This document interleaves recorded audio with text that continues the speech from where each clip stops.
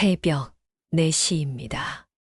세상이 아직 잠들어 있을 때 저는 이미 깨어 있습니다. 아니, 깨어 있어야만 합니다. 잠은 사치죠. 제게는 딸이 있고 그 아이를 위해서라면 저는 잠도, 편안함도, 자존심도 다 내려놓을 수 있습니다. 비가 내립니다. 11월의 비는 차갑습니다. 뼛속까지 파고듭니다. 저는 손수레를 끌고 어둠 속을 걷습니다. 하지만 멈출 수 없습니다. 오늘도 국을 끓여야 하고 어묵을 삶아야 하고 단골 손님들을 맞이해야 하니까요. 어젯밤 제 딸 수아가 물었습니다. 엄마, 오늘은 쉬면 안 돼요? 아이의 눈에는 걱정이 가득했습니다. 제 기침 소리가 밤새 멈추지 않았으니까요. 저는 대답했습니다. 괜찮아. 엄마는 튼튼해. 거짓말이었습니다. 온몸이 쑤셨고 무릎은 욱신거렸습니다. 하지만 딸 앞에서는 약한 모습을 보일 수 없었죠. 제가 무너지면 우리 둘 다 무너지니까요. 중앙시장 3번 골목 끝자리. 여기가 제 자리입니다. 15년째 지키고 있는 이 자리죠. 처음엔 허가도 없이 쫓겨나기 일쑤였습니다. 단속반이 올 때마다 수레를 끌고 골목골목 도망 다녔어요. 그때는 수아가 겨우 3살이었습니다. 업고 다니면서 장사했죠. 아이가 제 등에서 울면 저도 같이 울었습니다. 손님들 안 보는 곳에서요. 저는 천막을 치고 국솥에 불을 지핍니다. 국물 맛은 속일 수 없습니다. 멸치를 아낌없이 넣고 물을 통째로 넣어 우려냅니다.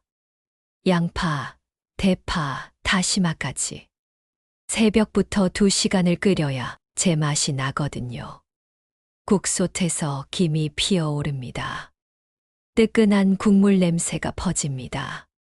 단골 손님 한 분이 오십니다. 새벽 인력시장에서 막 나온 김 사장님이십니다. 시멘트 가루가 작업복에 뽀얗게 묻어 있네요.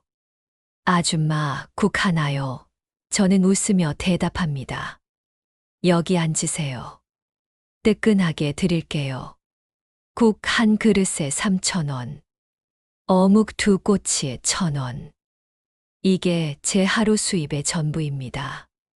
오전 7시가 되었습니다. 노점 옆 파라솔 아래에서 수아가 책가방을 챙깁니다. 수아야, 아침은? 수아가 밝게 대답합니다. 엄마가 싸준 주먹밥 먹었어요. 딸아이가 책가방을 메고 일어섭니다. 고등학교 2학년. 이제 18입니다. 저보다 훨씬 더 어른스럽습니다. 엄마, 오늘 늦을 거예요. 학교 끝나고 도서관 가야 해요. 저는 고개를 끄덕입니다. 그래. 조심히 다녀와. 저녁은 엄마가 차려놓을게. 수아가 떠나는 뒷모습을 봅니다. 키가 쑥쑥 컸습니다. 어느새 제 어깨를 훌쩍 넘었어요.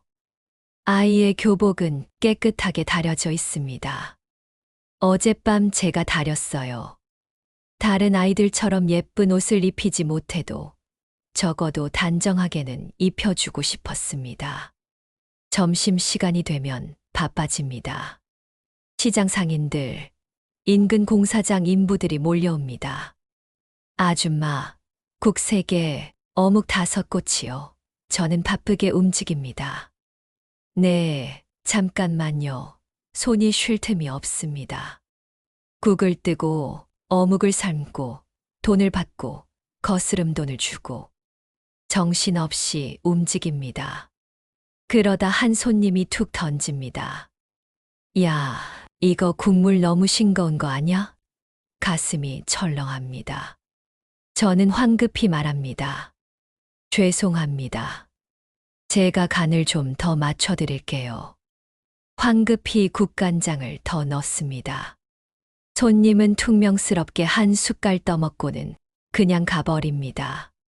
돈도 안 내고요. 저기, 손님. 하지만 이미 멀어진 뒤입니다. 3,000원. 크지 않은 돈이지만 제게는 큽니다. 주변 상인 한 분이 혀를 찹니다. 쯧쯧, 또 당했네. 박순자 씨는 너무 착해서 탈이야. 착한 게 아닙니다. 무서운 거죠. 손님과 싸우면 소문이 납니다. 소문이 나면 장사가 안 됩니다. 장사가 안 되면 주아를 학교에 보낼 수 없습니다. 오후 3시쯤 되면 손님이 뜸해집니다. 이때가 잠깐 숨 돌릴 시간이에요. 저는 천막 구석에 앉아 무릎을 주무릅니다. 아침부터 서 있었더니 다리가 퉁퉁 붓습니다. 핸드폰을 꺼냅니다. 주아가 보낸 카톡이 있네요. 엄마, 오늘 모의고사 봤어요. 수학 잘 본 것 같아요. 미소가 번집니다. 이 메시지 하나면 충분합니다. 이 아이를 위해서라면 저는 얼마든지 더 버틸 수 있습니다. 문득 10년 전이 떠오릅니다. 주아 아빠가 떠난 날이요. 그 사람은 빚을 남기고 사라졌습니다. 미안해. 나 같은 놈은 너희들한테 짐이야. 그게 마지막이었습니다. 그 뒤로 10년. 저는 혼자서 이 아이를 키워왔습니다. 빚을 갚느라 밤낮 없이 일했어요.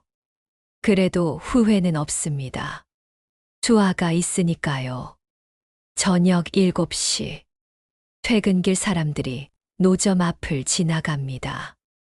아줌마, 어묵 국물 좀 주세요. 저는 국자로 국물을 떠드립니다. 여기요. 뜨거우니까 조심하세요. 어묵 국물은 공짜로 드립니다. 그래도 사람들이 고맙다고 하시죠. 그 말 한마디면 족합니다. 그때 낯익은 얼굴 하나가 지나갑니다. 정장을 빼입은 중년 여자. 명품 가방을 들고 하이힐을 신고 있습니다. 가슴이 철렁 내려앉습니다. 이 여자를 압니다. 오래전 제가 식당에서 설거지 아르바이트를 할 때 같이 일했던 사람이에요. 어머, 여기 아직도 있네. 박순자 씨 맞죠? 저는 떨리는 목소리로 대답합니다. 네, 안녕하세요. 그 여자가 비웃듯 말합니다. 아이고, 세상 참. 나는 이제 자영업하면서 좀 나아졌는데 순자 씨는 아직도 여기서 이러고 있어요. 말투가 동정 어린 듯 하면서도 어딘가 비아냥거립니다. 네. 먹고 살려면요. 그 여자가 다시 묻습니다. 딸은 어때요? 공부는 잘해요? 저는 조심스럽게 대답합니다. 네, 열심히 하고 있어요. 그 여자의 다음 말이 칼처럼 꽂힙니다. 그래요.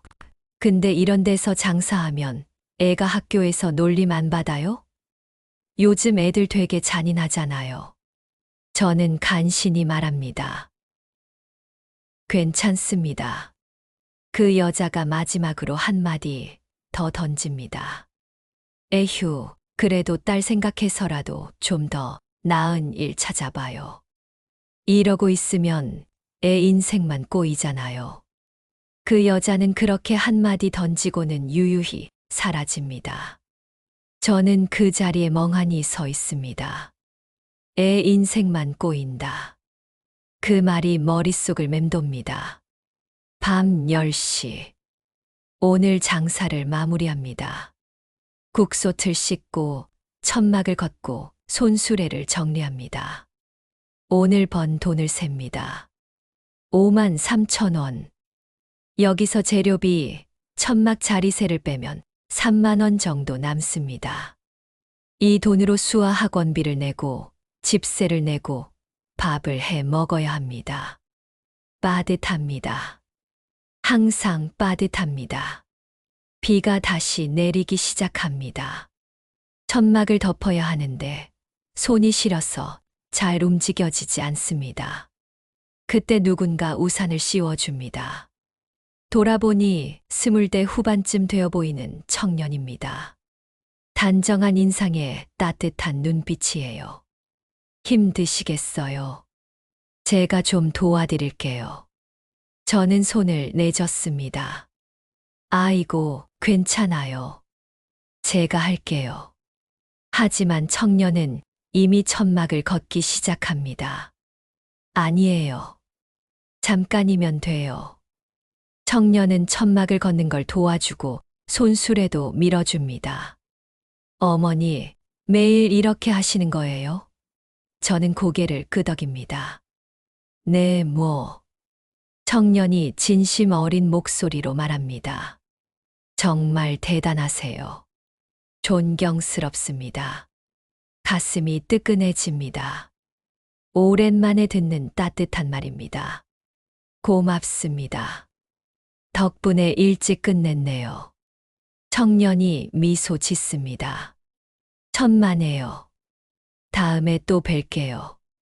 청년은 그렇게 사라집니다. 저는 그 청년의 뒷모습을 보며 생각합니다. 세상에 좋은 사람도 있구나. 집까지는 버스로 새 정거장입니다. 하지만 버스비가 아까워서 걸어갑니다. 비를 맞으며 걷습니다. 온몸이 젖습니다. 그래도 괜찮습니다. 수아가 기다리고 있으니까요. 밤 11시, 낡은 다세대 주택 2층. 저희 집 문을 엽니다. 비좁은 원룸이지만 저희에겐 소중한 보금자리입니다. 수아야, 엄마 왔어. 문을 열고 들어서니 수아가 책상 앞에 앉아 공부하고 있습니다. 수아가 깜짝 놀라며 달려옵니다. 엄마, 왜 이렇게 늦었어요? 옷도 다 젖었잖아요. 저는 괜찮다는 듯 웃습니다. 괜찮아. 금방 말라. 수아가 다급하게 말합니다. 엄마, 씻으세요. 제가 저녁 데워놨어요. 저는 고개를 끄덕입니다. 그래, 알았어.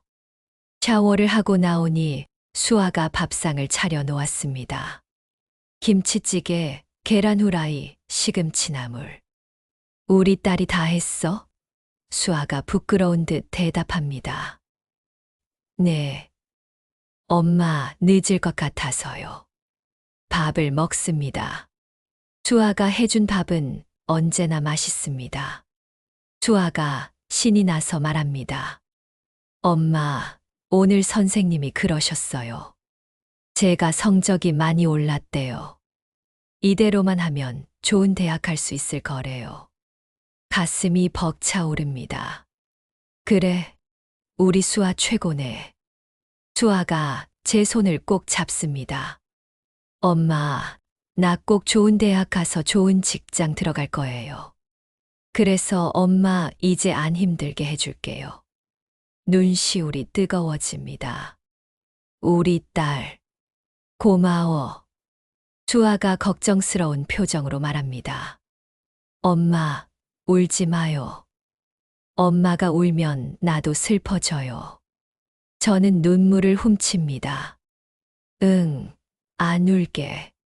하지만 눈물이 멈춰지지 않습니다. 새벽 1시. 수아가 잠든 후 저는 혼자 창가에 앉습니다.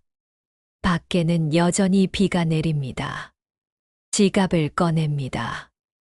오늘 번 돈 3만 원. 이걸로 내일 재료를 사야 합니다. 그리고 수아 학원비도 내야 하고요. 계산기를 두드립니다. 아무리 해도 모자랍니다. 한숨이 나옵니다. 조금만 더 버티자. 그때 수아가 잠결에 중얼거립니다. 엄마, 사랑해요. 가슴이 찡합니다. 그래. 이 아이를 위해서라면 나는 뭐든 할 수 있어.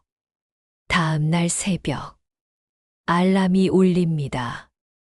몸이 무겁습니다.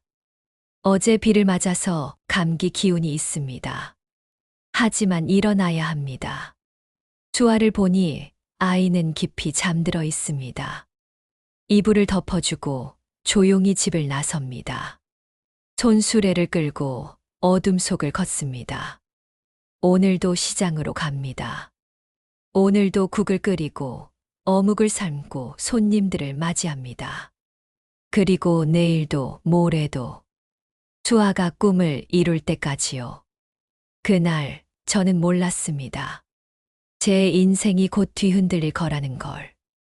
수아에게 행복이 찾아올 거라는 걸. 하지만 그 행복이 곧 가장 큰 시련의 시작이 될 거라는 걸. 시장 구석에 고급 세단이 멈춰섭니다. 차에서 한 중년 여성이 내립니다. 바로 그 여자입니다. 여기가 중앙시장이라고 운전기사가 공손히 대답합니다. 네, 사모님. 여기 근처에 괜찮은 상가가 몇 개 있습니다. 그 여자가 차갑게 웃습니다. 좋아. 이 동네 다 쓸어버릴 거야. 재개발 들어오면 떼돈 벌지. 그 여자의 시선이 멀리 노점 앞에 저를 향합니다. 저 노점상은 뭐야? 아직도 여기 있네? 운전기사가 답합니다. 저기요? 오래된 분이라고 들었습니다. 그 여자가 비웃습니다. 쯧쯧. 재개발 들어오면 다 쫓겨날 텐데. 그 여자가 씩 웃습니다. 저는 그저 오늘을 살아갈 뿐이었습니다. 내일을 걱정할 겨를도 없이요. 하지만 세상은 이미 저를 향해 칼을 갈고 있었습니다. 그리고 그 칼날은 제 딸 수아를 향해 있었습니다. 새벽 4시 반 알람이 울립니다. 여전히 몸은 천근만근이지만 오늘따라 마음은 조금 가볍습니다. 오늘은 수아의 대학 발표 날입니다. 18살 고등학교 2학년이던 수아가 늘 말하곤 했습니다. 엄마, 저 의사가 되고 싶어요. 사람들 고쳐주는 의사요. 그 말을 들었을 때 제 가슴은 벅차올랐습니다.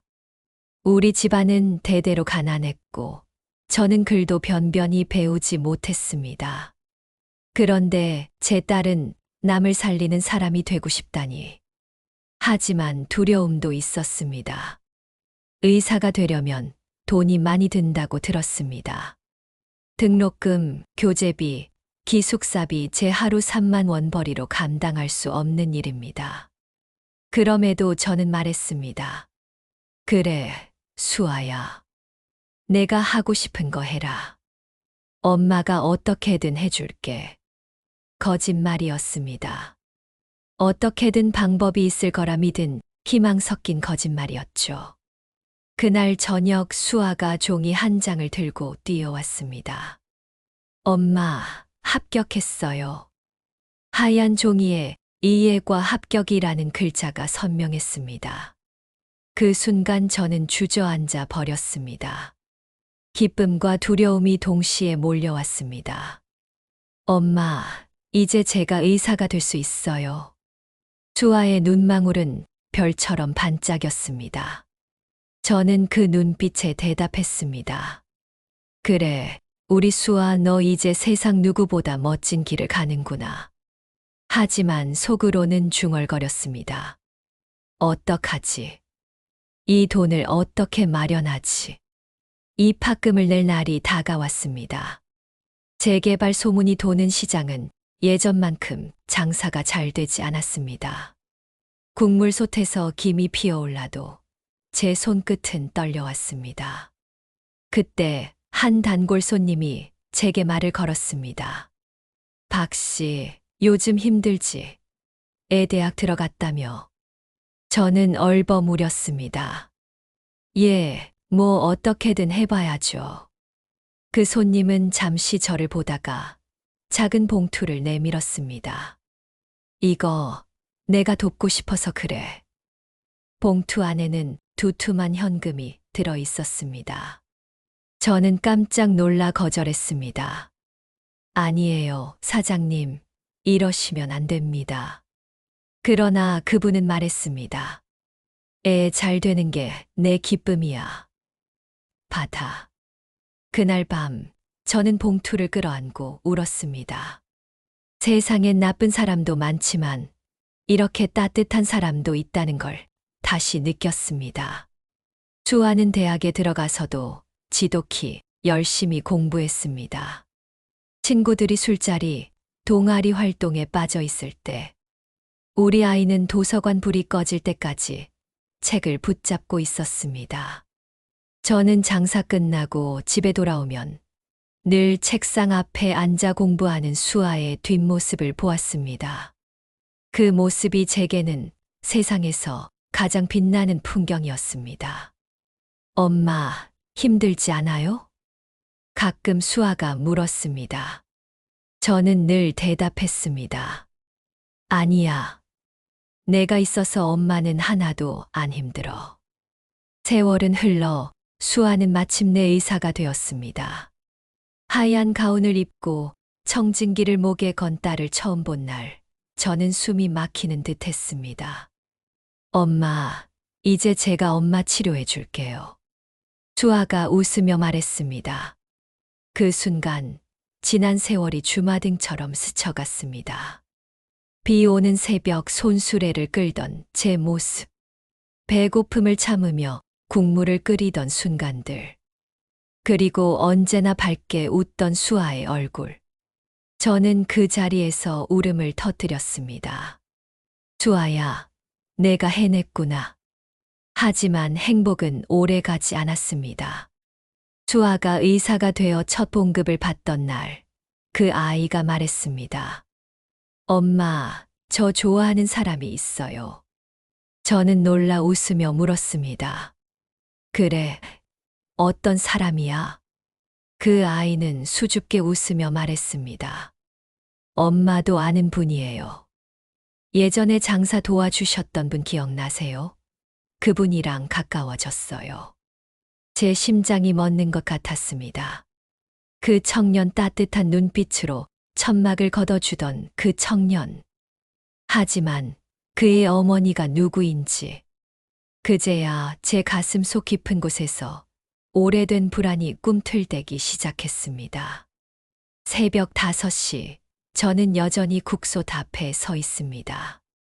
세월이 흘렀어도 제 자리는 변하지 않았습니다. 시장 구석, 낡은 천막 아래, 김이 모락모락 피어나는 국물 냄새와 함께 제 하루는 시작됩니다.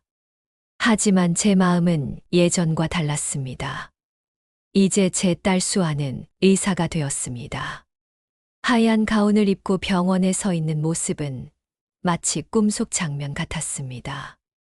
엄마, 오늘도 수술 보조 들어가요. 엄마, 제가 오늘 환자분들 회진 돌았어요. 그 말들을 들을 때마다 제 가슴은 터질 듯 벅찼습니다. 그 아이가 여기까지 온 게 기적 같았습니다. 그러던 어느 날, 수아가 조심스럽게 제게 말을 꺼냈습니다. 엄마, 사실 저 사귀는 사람이 있어요. 저는 젓가락을 내려놓고 아이를 바라봤습니다. 의사가 되고 난 뒤로는 연애 같은 건 잊은 줄 알았습니다. 공부하느라, 또 돈 걱정하느라 늘 고생만 하던 애였으니까요. 그래, 어떤 사람이니? 제 목소리는 떨렸습니다. 수아가 수줍게 웃으며 대답했습니다. 엄마도 아는 사람이에요. 예전에 장사 도와주셨던 분 있잖아요. 천막 걷어주시던 그분이요. 제 가슴이 철렁 내려앉았습니다. 그날 밤, 비 오는 시장에서 우산을 씌워주고 천막을 걷어주던 청년. 따뜻한 눈빛과 진심 어린 말투가 아직도 생생했습니다. 아, 그분이구나. 저는 애써 웃음을 지었습니다. 네, 엄마. 그분이 참 성실하고 착해요. 의사도 아니고 변호사도 아니고 그냥 평범한 직장인이지만 정말 진심이 따뜻한 분이에요. 수아는 그렇게 말하며 얼굴을 붉혔습니다. 저는 속으로 안도의 한숨을 내쉬었습니다. 적어도 돈만 보고 접근하는 그런 사람은 아니구나. 며칠 뒤 수아가 그 청년을 집으로 데려왔습니다. 낡은 원룸, 작은 식탁 앞에 앉아 그는 두 손을 모으고 정중하게 인사를 했습니다. 어머니, 처음 인사드립니다. 제 이름은 강민준입니다. 부족한 게 많지만 수아를 진심으로 아끼고 있습니다. 그의 눈빛은 거짓이 없어 보였습니다. 저는 차를 내주며 말했습니다. 그래요, 반가워요. 우리 수아가 좋은 사람 만났다고 하더군요. 그날 저녁 우리는 소박한 밥상을 앞에 두고 함께 웃으며 이야기를 나누었습니다. 민준 씨는 부모님 이야기를 조심스럽게 꺼냈습니다. 어머니, 사실 제 집안이 조금 부담스러울 수도 있습니다. 어머니께서도 언젠간 아시게 될 거예요. 그래도 저는 수아를 포기할 생각이 없습니다. 그 순간 가슴 한쪽이 쿵 내려앉았습니다. 왜 하필 부담스러운 집안이라는 말을 꺼낸 걸까요? 며칠 뒤 수아가 설레는 목소리로 말했습니다. 엄마, 민준 씨 어머니를 곧 뵙게 될 것 같아요. 상견례에 자리 잡으신대요. 저는 순간 손에 들고 있던 그릇을 떨어뜨릴 뻔했습니다. 민준 씨 어머니라니. 제 머릿속에 오래전 기억이 떠올랐습니다. 명품 가방을 들고 하이힐을 신고 저를 내려다보며 말하던 여자. 순자 씨는 아직도 여기서 이러고 있어요? 애 인생 꼬인다. 차갑고도 비아냥거렸던 그 목소리. 그 여자가 혹시 민준 씨 어머니? 등골이 서늘해졌습니다. 며칠 동안 저는 잠을 잘 수 없었습니다. 만약 제 예상이 맞다면 이 결혼은 순탄치 않을 것입니다. 아니, 어쩌면 시작조차 할 수 없을 것입니다. 그러나 수아는 몰랐습니다. 그 아이는 마냥 행복했습니다.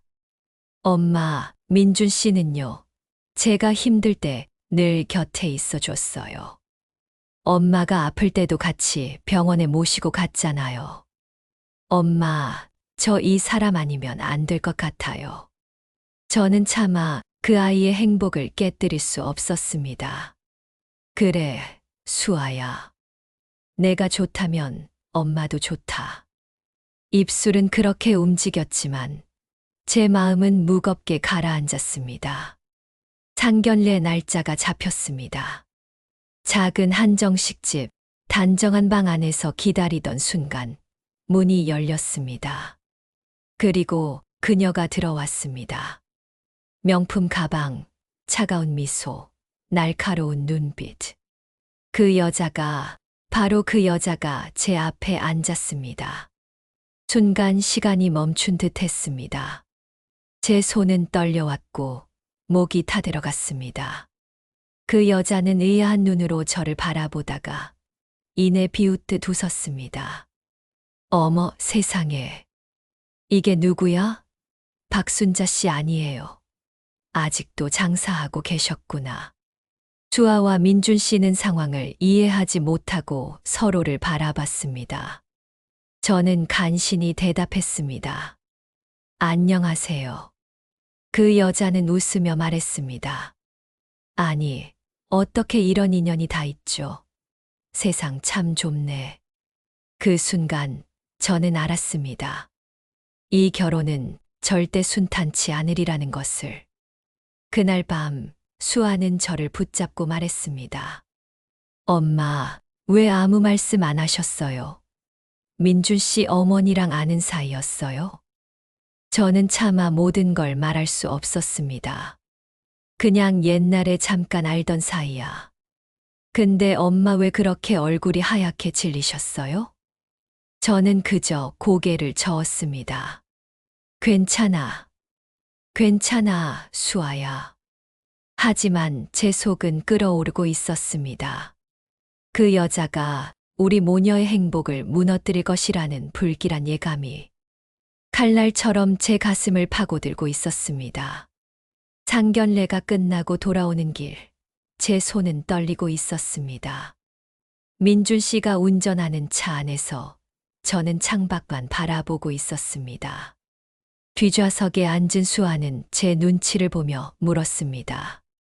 엄마 괜찮으세요? 저는 억지로 미소를 지었습니다. 괜찮다. 피곤해서 그래. 하지만 제 마음은 전혀 괜찮지 않았습니다. 방금 전 그 여자의 눈빛과 말투가 제 가슴을 후벼 팠습니다. 그날의 장면이 떠올랐습니다. 따뜻한 음식이 차려진 상 위에서 민준 씨 어머니는 교양 있는 미소를 지으며 말을 꺼냈습니다. 순자 씨, 여전히 국밥 장사하시죠? 제가 몇 번 본 적 있거든요. 그녀의 말투는 남들이 보기엔 가벼운 농담 같았을지 모릅니다. 하지만 저는 알았습니다. 그건 조롱이었습니다. 수아가 당황해하며 말했습니다. 어머니, 저희 엄마는 정말 성실하세요. 혼자서 저 키우셨고. 그러자 그 여자는 곧장 말을 잘랐습니다. 아이고, 알죠. 고생 많으셨겠지요. 하지만 혼자 키운 딸흠, 뭐 그럴 수도 있죠. 그녀의 입술 끝이 비웃음으로 휘어졌습니다. 수아의 눈이 흔들렸습니다. 저는 그 순간 차라리 제 가슴에 칼을 꽂는 것이 나을 뻔했다는 생각까지 들었습니다. 며칠 뒤 민준 씨 어머니가 저를 따로 부르자고 연락이 왔습니다. 낯선 카페, 번쩍이는 샹들리에와 고급스러운 의자. 그녀는 명품 스카프를 두른 채 저를 내려다보았습니다. 순자 씨, 솔직히 말씀드려야겠어요. 우리 집안과 순자 씨 집안은 너무 달라요. 저는 차를 마시던 손을 멈췄습니다. 저희 민준이는 어릴 적부터 부족함 없이 자랐습니다. 그런데 어머님 댁은 너무 힘들게 사셨잖아요. 그녀는 단어 하나하나를 또박또박 독이 묻은 듯 뱉었습니다. 솔직히 말씀드리자면 저는 제 아들이 의사 며느리를 맞이하는 건 좋아요. 하지만 그 배경이 문제예요. 국밥 장수 집안이라니 제 체면이 뭐가 되겠습니까? 저는 차가운 한기를 느꼈습니다. 민준 씨와 수아는 서로 사랑합니다. 제가 어렵게 말을 꺼냈습니다. 사랑만으로는 안 돼요. 그녀가 잘라 말했습니다. 결혼은 집안과 집안의 만남입니다. 순자 씨, 딸을 생각한다면 차라리 여기서 그만두게 하세요. 괜히 나중에 큰 상처 입기 전에요. 그 순간 제 속에서 뜨거운 무언가가 치밀어 올랐습니다. 하지만 저는 억눌렀습니다. 제 딸을 위해서였습니다. 집에 돌아와서 수아가 제 손을 잡으며 물었습니다. 엄마, 무슨 일 있었어요? 민준 씨 어머니가 뭐라고 하셨어요? 저는 잠시 망설였습니다. 그러나 결국 사실을 숨길 수 없었습니다. 수아야, 내 시어머니들 분이 우리 집안을 받아들이기 힘들다고 하셨다. 수아의 얼굴이 굳어졌습니다. 뭐라고요? 사람이 사람을 보는 게 아니라 집안을 본다고 하더구나. 내가 아무리 의사가 돼도 엄마가 국밥 장사라서 체면이 안 선다고 하셨다. 수아는 한참 동안 아무 말도 하지 못했습니다. 그 눈빛에는 분노와 슬픔이 교차하고 있었습니다. 며칠 후 수아는 민준 씨와 마주 앉았습니다. 저는 옆방에서 그들의 대화를 들었습니다. 민준아, 내 엄마가 우리 엄마를 모욕했어. 수아의 목소리가 떨렸습니다. 내가 아무리 노력해도 엄마가 국밥 장사라서 안 된대. 잠시 침묵이 흘렀습니다. 그리고 민준 씨의 낮은 목소리가 들렸습니다. 미안하다, 수아야. 내가 끝까지 지킬게. 우리 엄마도 설득해 볼게. 아니, 민준아. 수아의 목소리는 차가웠습니다. 사람을 설득하는 문제가 아니야. 내 엄마는 날 인정하지 않아. 그럼 이 결혼은 지옥이 될 거야. 저는 그 순간 가슴이 찢어지는 듯 했습니다. 제 딸이 사랑을 포기해야만 하는 현실이 너무나 잔혹했습니다. 결국 며칠 뒤 수아가 제 앞에 와서 말했습니다. 엄마, 나 파혼할래. 저는 아무 말도 할 수 없었습니다. 그저 눈물이 흘러내렸습니다. 수아는 눈물을 참으며 웃어 보였습니다. 엄마, 괜찮아요. 나는 혼자가 되어도 돼요. 근데 엄마가 무시당하는 건 못 참겠어요. 우리 엄마는 그런 사람이 아니니까. 그 순간 저는 알았습니다. 내 딸은 더 이상 어리지 않다는 것을. 그리고 이 고통은 끝이 아니라 새로운 싸움의 시작이라는 것을. 파혼이 결정된 그날, 저는 수아를 안고 아무 말도 할 수 없었습니다. 아이의 눈은 붉게 충혈되어 있었지만 입술은 굳게 다물려 있었습니다. 엄마, 괜찮아요. 이게 다 제 운명이겠죠. 그 말에 제 심장이 찢어졌습니다. 운명이라니. 왜 우리에게만 이런 운명이어야 합니까? 며칠 뒤 민준의 집에서 연락이 왔습니다. 그 어머니라는 여자가 굳이 저와 수아를 불러냈습니다. 저는 가고 싶지 않았지만 수아는 차갑게 웃으며 말했습니다. 엄마, 가요. 끝까지 들어야겠어요. 그 집은 고급 빌라였습니다. 대문을 열자 정원이 잘 가꿔져 있었고 거실은 눈이 부시게 번쩍였습니다. 그곳에서 그 여자는 우리를 기다리고 있었습니다. 명품 옷에 반짝이는 액세서리를 두른 채로 말입니다. 왔어요? 잠깐 얘기 좀 합시다. 목소리에는 단 한 톨의 미안함도 없었습니다. 그 여자는 수아를 위아래로 훑어보더니 천천히 웃었습니다. 우리 민준이가 아무리 좋다 해도 나는 안 돼요. 국밥집 딸이라니 상상이 돼요? 수아의 얼굴이 창백해졌습니다. 저는 손을 꽉 쥐었지만 그 여자는 멈추지 않았습니다. 딸이 의사라면서요? 좋아요. 하지만 의사가 뭐 어때서? 의사는 월급쟁이에 불과해요. 우리 민준이는 사업을 이어받아야 하는데 그 옆에 설 사람은 재벌가 딸이어야죠. 국밥집 딸이 아니라. 그 순간 제 귀에선 피가 솟구치는 소리가 들렸습니다. 그러나 수아는 차분하게 대답했습니다. 저는 민준 씨를 사랑했을 뿐이에요. 집안이 아니라 사람을. 그러자 그 여자가 비웃듯 말했습니다. 그게 문제라니까요. 사랑은 돈 앞에서 무너지는 거예요. 순자 씨, 인정하세요. 국밥 끓이는 손으로는 사돈 맺을 수 없다는 걸. 저는 그 자리에서 심장이 무너져 내렸습니다. 그 여자의 말은 단순한 거절이 아니었습니다. 제 삶 전체, 제 존엄을 짓밟는 모욕이었습니다. 집으로 돌아오는 길, 시장 사람들 몇이 수군거렸습니다. 저 집 파혼 당했다며?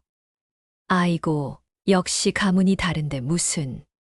저는 그들의 시선을 외면했지만 수아는 걸음을 멈추었습니다. 엄마, 이제 알겠죠? 이 사람들은 우리를 사람으로 보지 않아요. 그냥 발 아래에 있는 흙처럼 생각해요. 그 목소리는 떨렸지만 눈빛만은 차가웠습니다.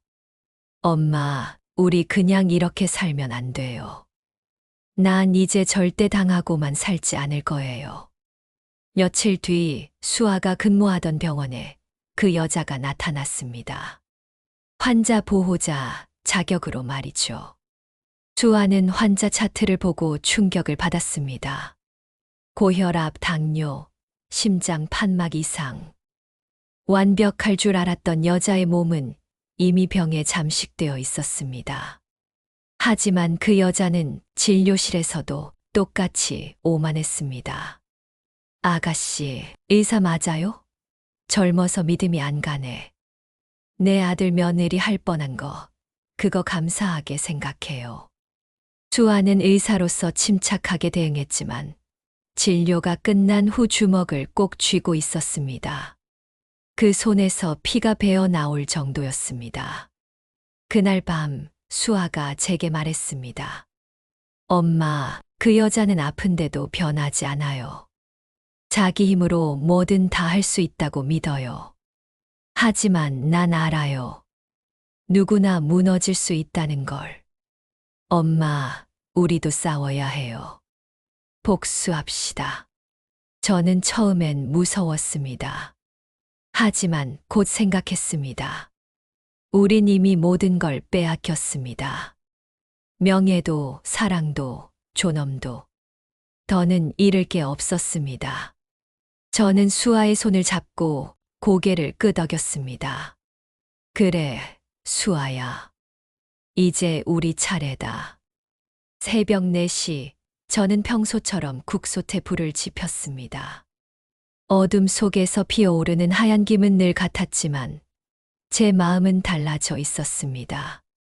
국물 냄새를 맡으며 저는 생각했습니다. 이젠 단순히 살아남기 위해 국을 끓이는 게 아니다. 이젠 되갚기 위해 끓인다. 수아는 병원에서 늦게까지 근무하다 돌아왔습니다. 흰 가운을 벗은 채 집에 들어서면 아이의 어깨는 언제나 무겁게 내려앉아 있었습니다. 그날도 저는 물었습니다. 오늘은 어땠니? 수아는 잠시 뜸을 들이다 대답했습니다. 엄마, 그 여자가 또 왔어요. 순간 가슴이 철렁했습니다. 또라니? 환자 보호자로요. 이번엔 아버지랑 같이 왔는데 저를 못 본 척 하더라고요. 근데 웃긴 건 검사 결과가 나쁘게 나왔어요. 심장 판막 이상이 생각보다 심각해요. 수아는 차트를 꺼내 제게 보여주듯 손으로 허공에 그렸습니다. 엄마, 그 여자는 지금 겉으론 멀쩡해 보여도 오래 버티기 힘들어요. 최소한 수술이 필요해요. 그런데 뭐? 자존심 때문에 절대 본인이 약하다는 걸 인정하지 않아요. 의사 말을 흘려듣고 약도 제대로 안 먹을 거예요. 그러다 수아는 말을 멈추고 제 눈을 똑바로 보았습니다. 그게 바로 엄마, 우리가 잡을 수 있는 약점이에요. 그날 밤 저는 오래도록 잠들 수 없었습니다. 시장 천막 안에서 비닐에 부딪히는 바람 소리가 귓가에 들려왔습니다. 저는 그 소리 속에서 여자의 목소리를 들었습니다. 국밥 끓이는 손으로는 사돈 맺을 수 없지. 주먹이 저절로 움켜쥐어졌습니다. 한 번 더는 모욕당하지 않겠다고 다짐했습니다. 며칠 후 저는 우연을 가장해 그 여자를 다시 만났습니다. 시장 재개발 문제로 상가 부동산 직원과 함께 나온 그 여자는 화려한 옷차림으로 골목을 걸어오고 있었습니다. 저는 일부러 지나치며 눈을 피했지만 그 여자는 저를 알아보고 비웃듯 말했습니다. 아직도 여기 있어요? 참 끈질기긴 하네. 근데 곧 재개발 들어오면 이 자리도 없어질 텐데요. 저는 아무 대꾸도 하지 않았습니다. 하지만 속으로는 웃었습니다. 좋다. 내가 얼마나 흔들리는지 내가 직접 보게 해줄게.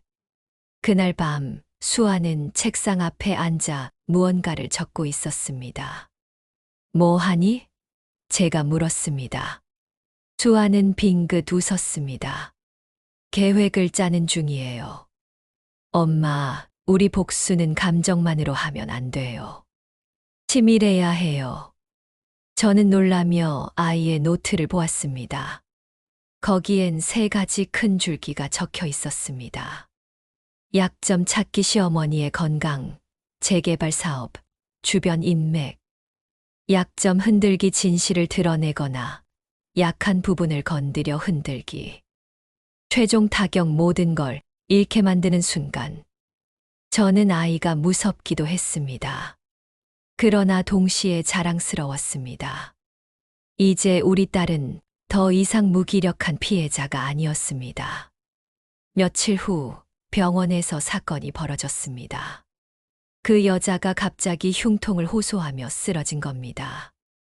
응급실에 실려간 그 여자는 다행히 큰 위기는 넘겼지만 곧 수술이 필요하다는 진단을 받았습니다. 수아는 차트를 보며 차갑게 웃었습니다. 엄마, 이제 시작이에요. 저 여자가 가진 모든 힘은 건강하다는 착각 위에 서 있어요. 그게 무너지는 순간 우리는 그 틈을 파고들 거예요.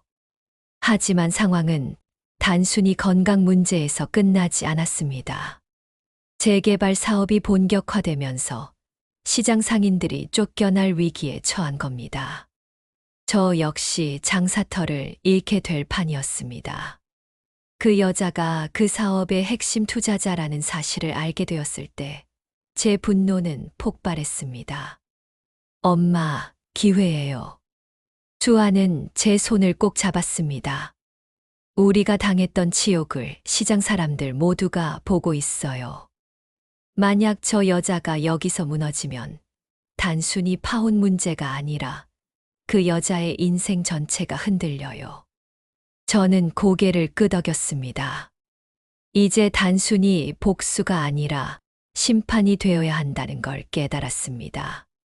좋아, 수아야. 이제 시작이구나. 수아는 눈빛을 빛내며 대답했습니다. 엄마, 준비하세요. 저 사람은 곧 우리 손에 무너질 거예요. 그날 밤, 저는 손수레 앞에서 하늘을 올려다봤습니다. 수많은 별들이 반짝이고 있었습니다. 그동안 저는 그 별들을 바라볼 여유도 없이 살았습니다. 하지만 이제는 달랐습니다. 저는 속으로 중얼거렸습니다. 하늘이여 보셨죠? 이젠 제 차례입니다. 그리고 그 순간 제 마음 속에서 차갑고 단단한 불씨가 활활 타오르고 있었습니다. 밤새 잠을 이루지 못했습니다. 손수레 천막에 부딪히는 바람 소리가 유난히 거칠게 느껴졌습니다. 저는 속으로 계속 중얼거렸습니다. 이제 시작이다. 그 여자의 성벽이 무너지는 순간을 내가 직접 보리라. 며칠 후 재개발 설명회가 열린다는 소식이 전해졌습니다. 시장 상인들은 모두 불안해하며 한자리에 모였습니다. 저 역시 자리를 지키려 했지만 제 마음은 이미 설명회보다 다른 데에 있었습니다. 왜냐하면 그 여자가 직접 설명회에 참석한다는 말을 들었기 때문입니다. 설명회장에 들어서자 수십 명의 상인들이 웅성거렸습니다. 그곳 한쪽에 화려한 옷차림의 여자가 앉아 있었습니다. 명품 가방을 옆에 내려놓고 주위를 내려다보듯 둘러보는 눈빛. 그 눈빛은 예전과 다르지 않았습니다. 저는 순간 치를 떨었습니다. 이 눈빛 때문에 수아가 상처를 입었고 나도 모욕을 당했다. 설명회가 시작되자 여자는 상인들에게 달콤한 말을 늘어놓았습니다. 여러분, 재개발은 기회입니다. 오래된 시장에서 고생만 하던 여러분이 새 건물에서 더 좋은 환경에서 장사할 수 있게 되는 거예요. 걱정은 잠시뿐입니다. 상인들은 불안한 표정으로 서로를 바라보았습니다. 누군가는 분노했고 누군가는 체념했습니다. 그때 저는 용기를 내어 손을 들었습니다. 그러면 우리는 어디로 가라는 겁니까? 몇십 년을 지켜온 자리를 하루아침에 잃으라는 말입니까? 여자는 저를 쏘아보듯 바라봤습니다. 그리고는 피식 웃으며 대답했습니다. 시장에서 국밥 끓이던 사람도 새 건물에 들어와 더 잘 될 수 있잖아요. 기회를 잡을 능력이 있으면 말이에요. 순간 제 온몸이 달아올랐습니다. 그녀의 말은 단순한 사업 이야기가 아니었습니다. 분명히 저를 향한 조롱이었습니다. 설명회가 끝난 뒤 수아는 제 손을 꼭 잡았습니다. 엄마, 화내지 마세요.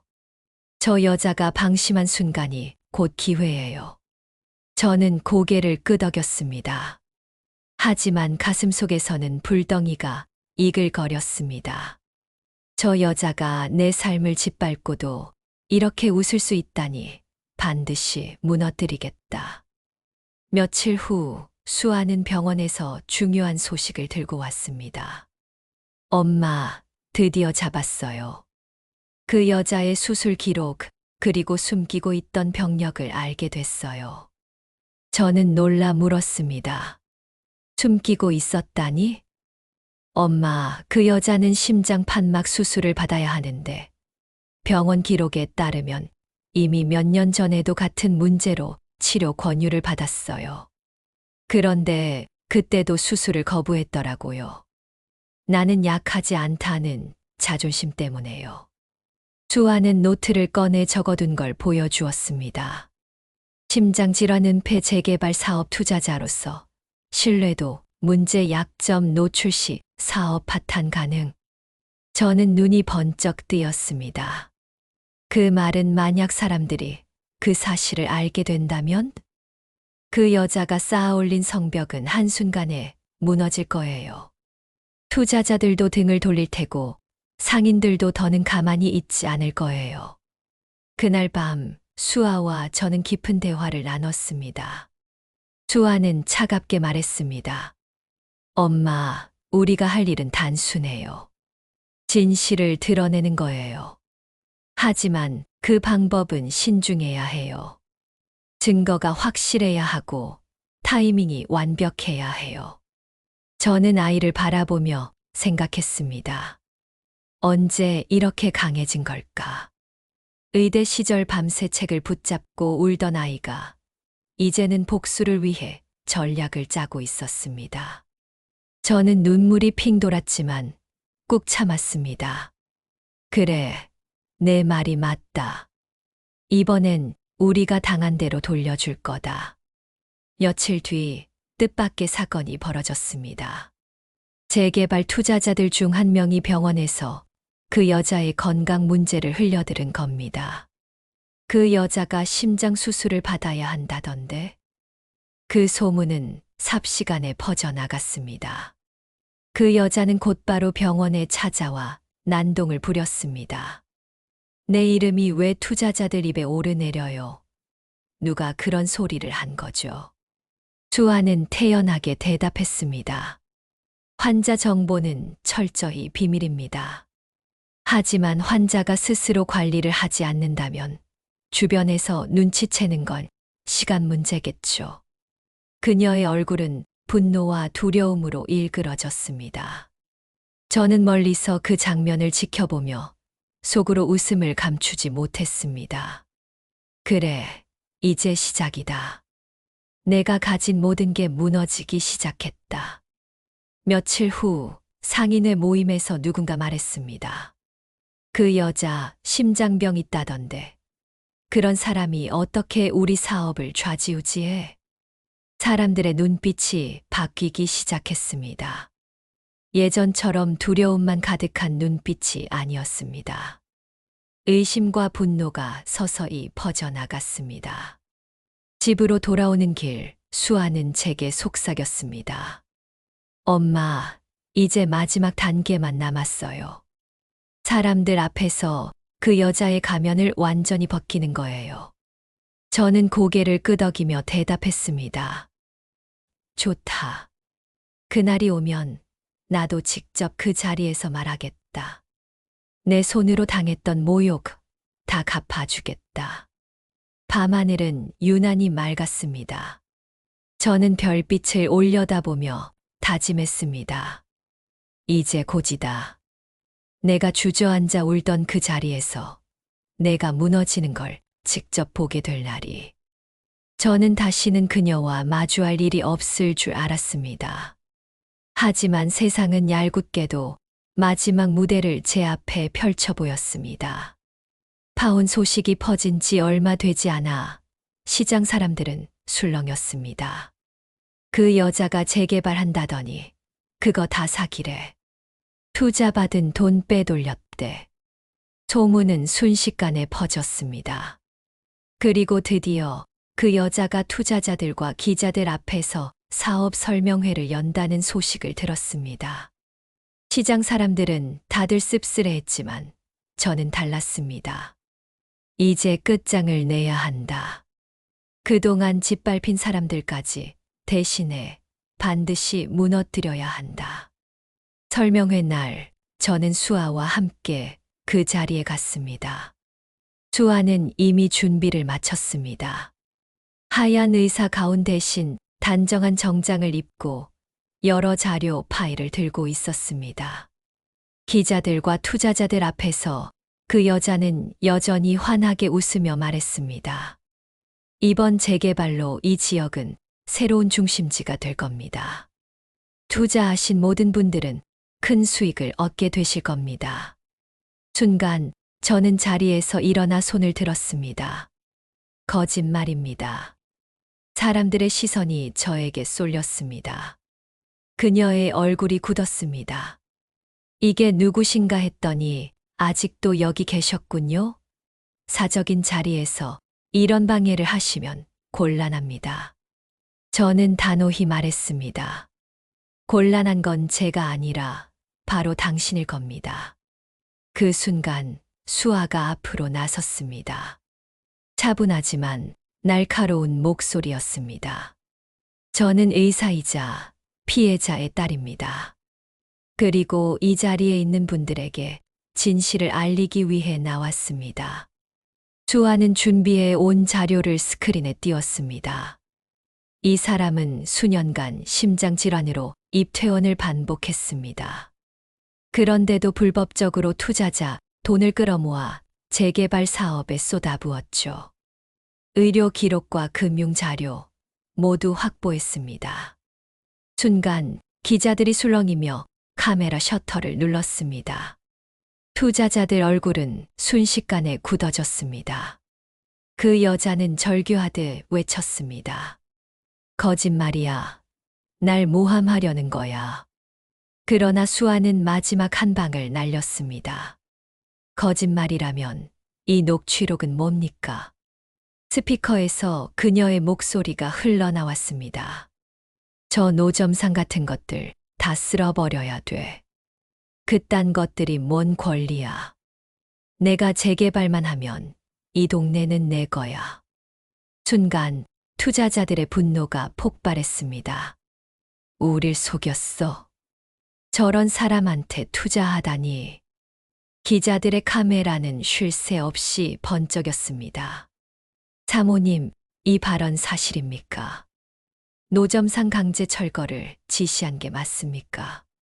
그녀는 결국 그 자리에 주저앉아 버렸습니다.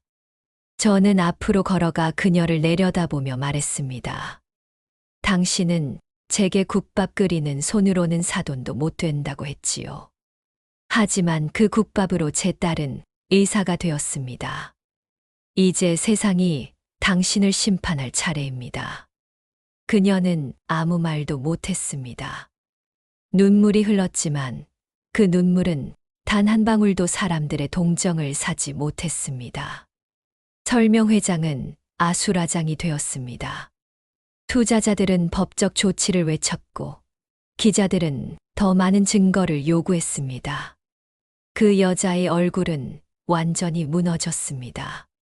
그리고 그 순간 시장에서 함께 고생해 온 상인들이 제 뒤에서 외쳤습니다. 잘했다, 순자 씨. 속이 다 시원하다. 박수 소리가 퍼졌습니다. 순간 저는 온몸이 전율했습니다. 수십 년간 눌려있던 한이 그 박수 속에서 다 풀려나가는 것 같았습니다. 집으로 돌아오는 길, 수아가 제 손을 꼭 잡았습니다. 엄마, 이제 진짜 끝났어요. 이제 엄마는 더 이상 고개 숙이지 않아도 돼요. 저는 하늘을 올려다봤습니다. 어느새 비가 그치고 밤하늘엔 별이 총총 떠 있었습니다. 제 가슴 속에 뜨겁고 묵직한 한마디가 맴돌았습니다. 그래. 이게 진짜 복수다.